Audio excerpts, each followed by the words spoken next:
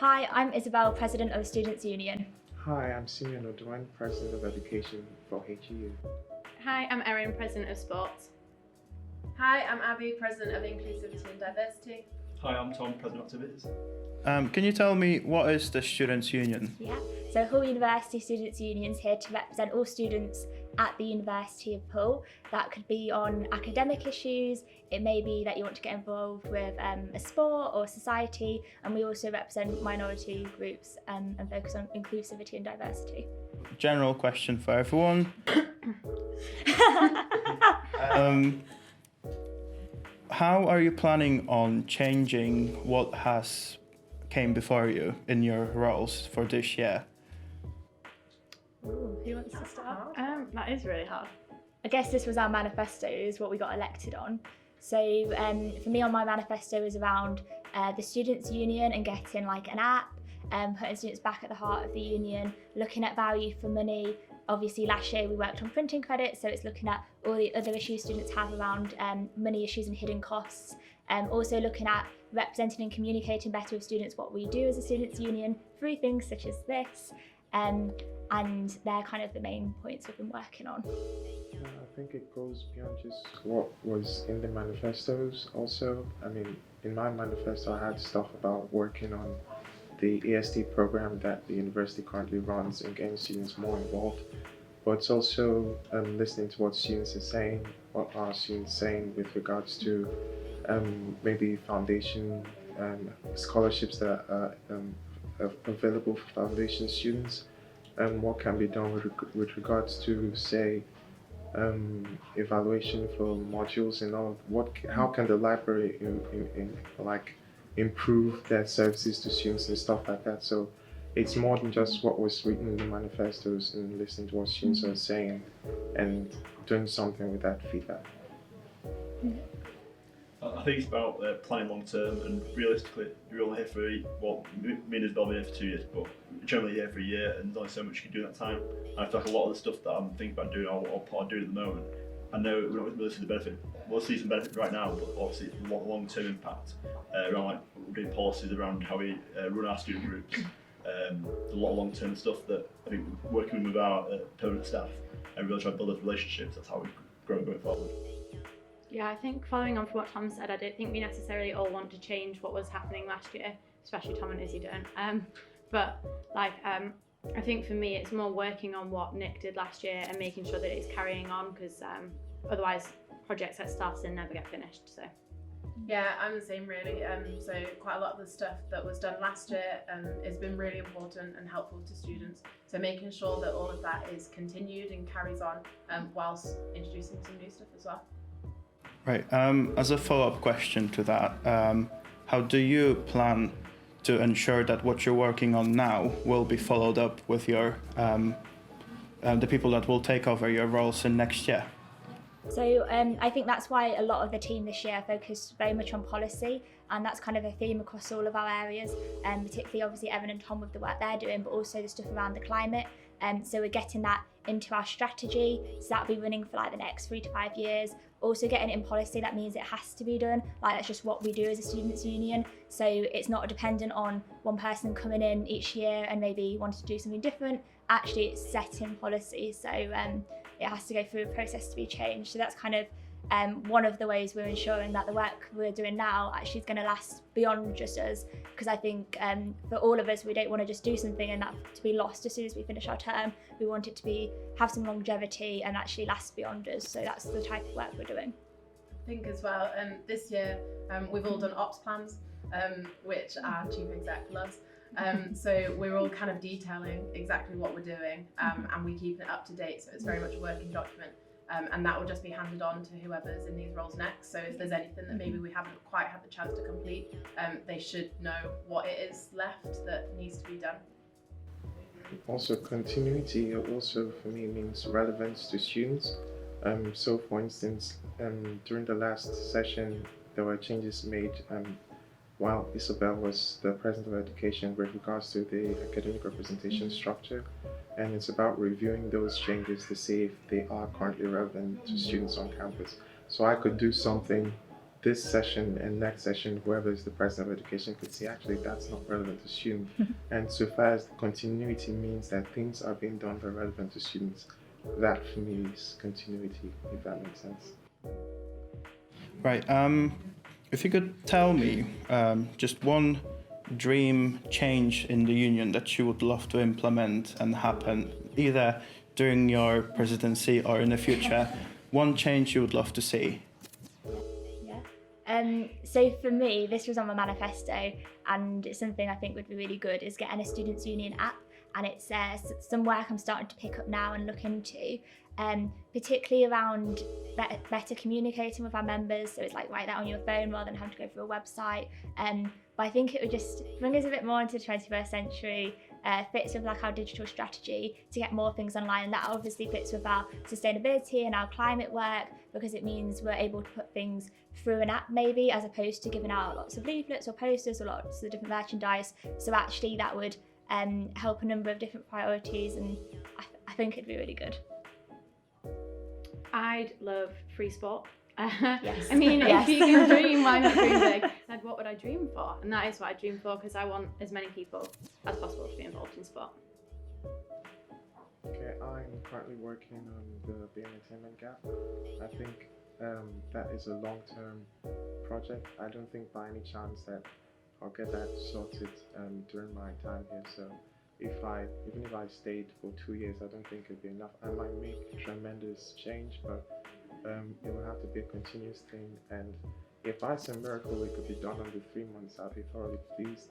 And the other thing would be, if again, by some miracle, maybe say international student fees could be the same as home and EU students. Obviously it can't be because of the fact that home and EU students receive funding and support from public sources, which is understandable why the international students pay more. But if by some miracle some pot of gold was discovered somewhere, that would go a long way in helping sort that out. I'd quite like to see more gender neutral toilets across campus. We've already got it in some of our buildings here, but more would be good. Short and sweet. I think for our student groups, I'd really like to see continuous growth in terms of like handovers, turnover from Torch TV. We're running last year. This year, you're doing really well, clearly. And it'd be great to see our groups grow year on year and actually see that continuity in that development, and actually giving them the tools and the training to be able to do that growth, and to a point where they need less and less support of us, and they can just grow from their own knowledge and their own skill set. Just provide that platform for support. Right. So, given like you all have different roles, do you also collaborate with each other? And can you shed some light how like just a regular day of a president look for you, and how do you actually realize your manifesto, your plans, your initiatives? How does it work as a team and also individually? So there's a number of things we do each week as a team. So every Monday we'll have like a president operations meeting where we all come together and we kind of look at celebrations, concerns, pieces of work we're doing, and where we might want to help each other out on or work together. So we always have those meetings weekly, so we're always very up to date with what's happening. We have our union executive committee, which is once a month, and there we submit our accountability reports where we can like question each other and see kind of what we're working on. So in terms of formal ways, they're kind of very much the ways we do, but actually just day to day we do a lot together. I know Erin, you work a lot with say Tom or Abby. Yeah, I think it's just kind of like where your interest happens. If I've come up with something and I'm like, actually I really want to do this, but I need some help getting it off the ground, it's more of just a quick conversation of, oh, I've thought of this, who wants in almost, and then we kind of just start from there and the idea grows. We've also got in our office, all of our team themes are all up there, which are things that during our residential, we all agreed that actually we all want to do something to work towards these. So kind of throughout the year, we're all chipping away together at how we're going to achieve those. I think most of the time we also kind of go through policies together.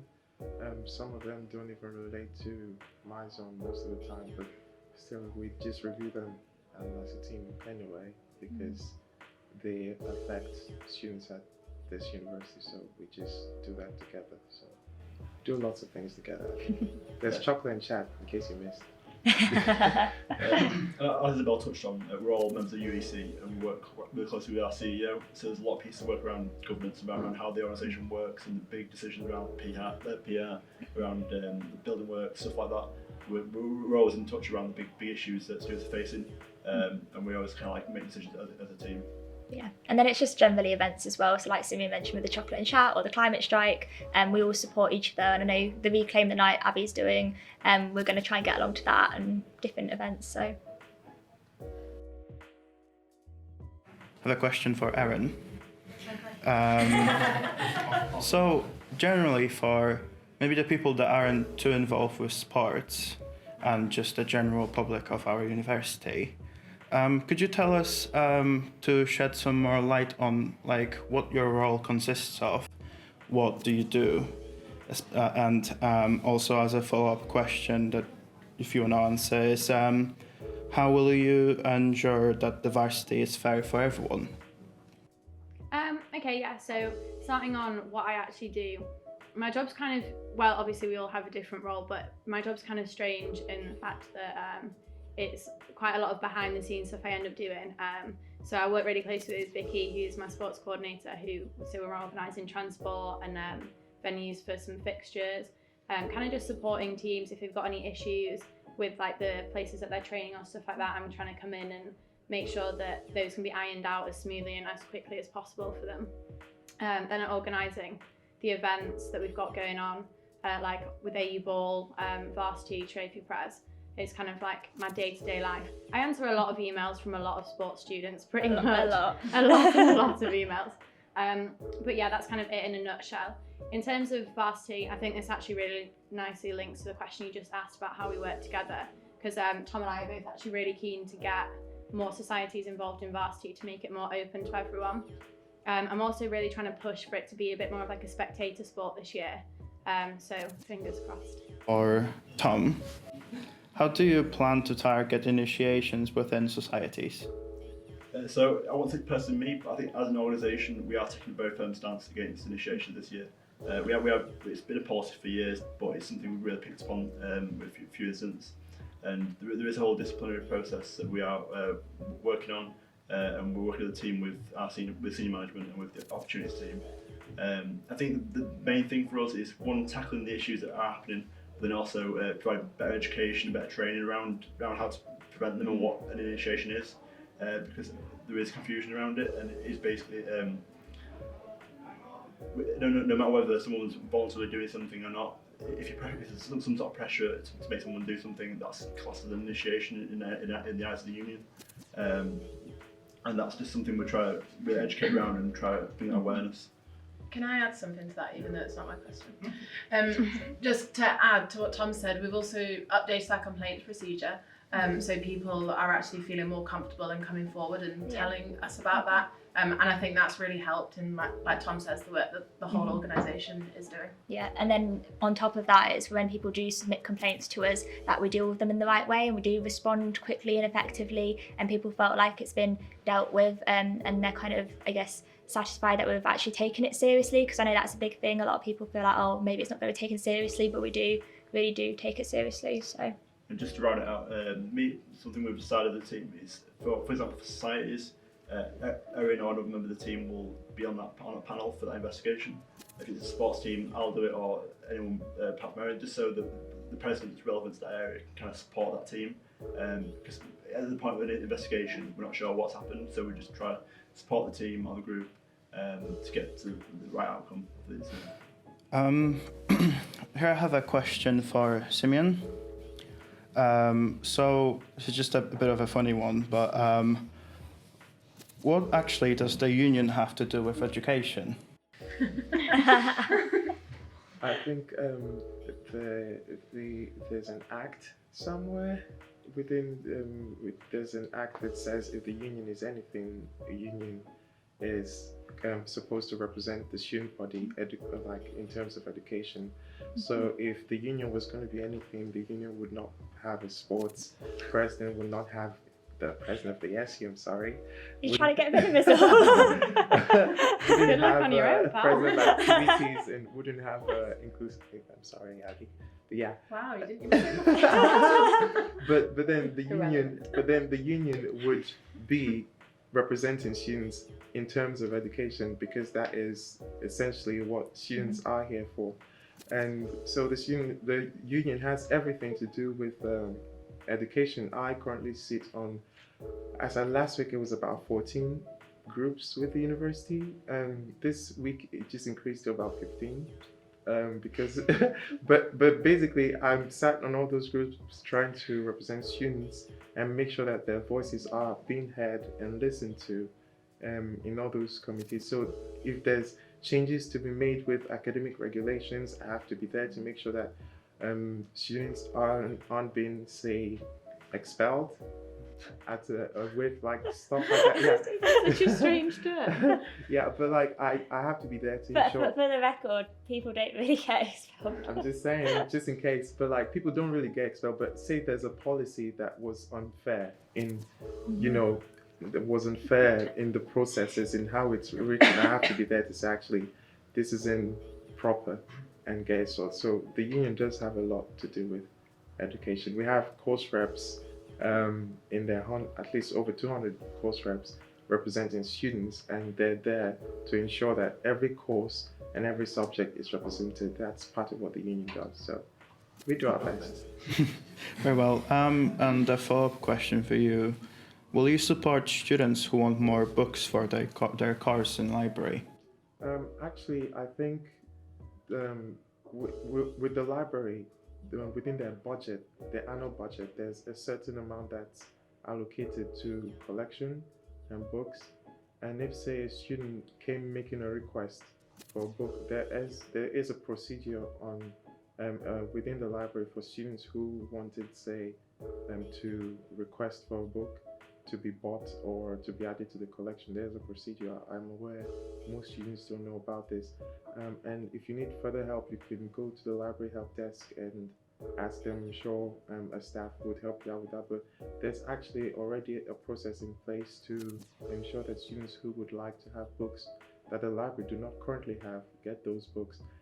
If at all, though, you are trying to get a book and you are facing difficulties, and you can come to me and I'll see what I can do to help pursue that. But I think there's already something in place from the library to help support with that.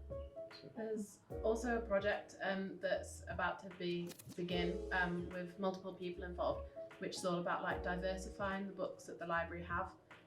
So me and Simeon are helping out with that, and it will involve like people telling us what sort of books they have and like what authors they're written by, and then the library can look at how they can make it much more diverse. Right. Now, a question for Abby. How do you think you can represent the minorities to your best of ability, and how do you think you're fit for that role? So I'm obviously very aware that I'm white, so I can't represent everyone that is kind of falls under my zone. So that's why I've got all my reps. I'm almost a full zone. I've got 5 out of the 6 reps positions filled, with the 6th one hopefully about to be filled in the next union council. So they're kind of there to do all the groundwork. They're there to figure out what it is that those demographics need, where I can support them from my position, and everything that we do will then be led by those reps, with me supporting them and doing what I can with the contacts that I've got. I also sit on all the equality, diversity and inclusion committees, so that's about everyone getting the same opportunities, and I'm there to kind of give that student feedback, of which I do take to my zone meetings, and tell them all about, and then they again can spread the message to the people that it's relevant to. Just to add to that, an example of that will be Black History Month. I think during that month, Abby brought me on board to work with her with lots of things, and she did her best to get relevant societies involved, so that they could pick their ideas and see what they would come up with. So it was really nice to see. She's not out there calling all the shots. So if you do have any ideas with regards to your demographic, your liberation group, I'm sure she'll be more than happy to listen to you. Thanks. Another question, Fabi. So your manifesto says that you'll work towards creating a safe campus. What are the plans for you to achieve that? So far over summer, me and Isabel worked on the Safe Campus cards. So they're cards that have got like numbers of all the university and union contacts, but then like local contacts as well. So like Let's Talk, the emergency numbers, Samaritans, everything like that. We gave hundreds of those out in 1 week, didn't we? And we're still giving them out to whoever will take them, really. Plus they're all 100% recyclable. So. Also this week we're doing a Reclaim the Night march, which is a big like women's liberation march, and it's about women feeling safe in the community, especially going out after dark. Then stemming from that, with my women's officer, we're looking at doing some stuff on like consent and sexual assault and things like that. I know Erin as well wanted to do a little bit in the sports side of things, so we all kind of link in on things like that. It's not necessarily just something for me. Question for Isabel.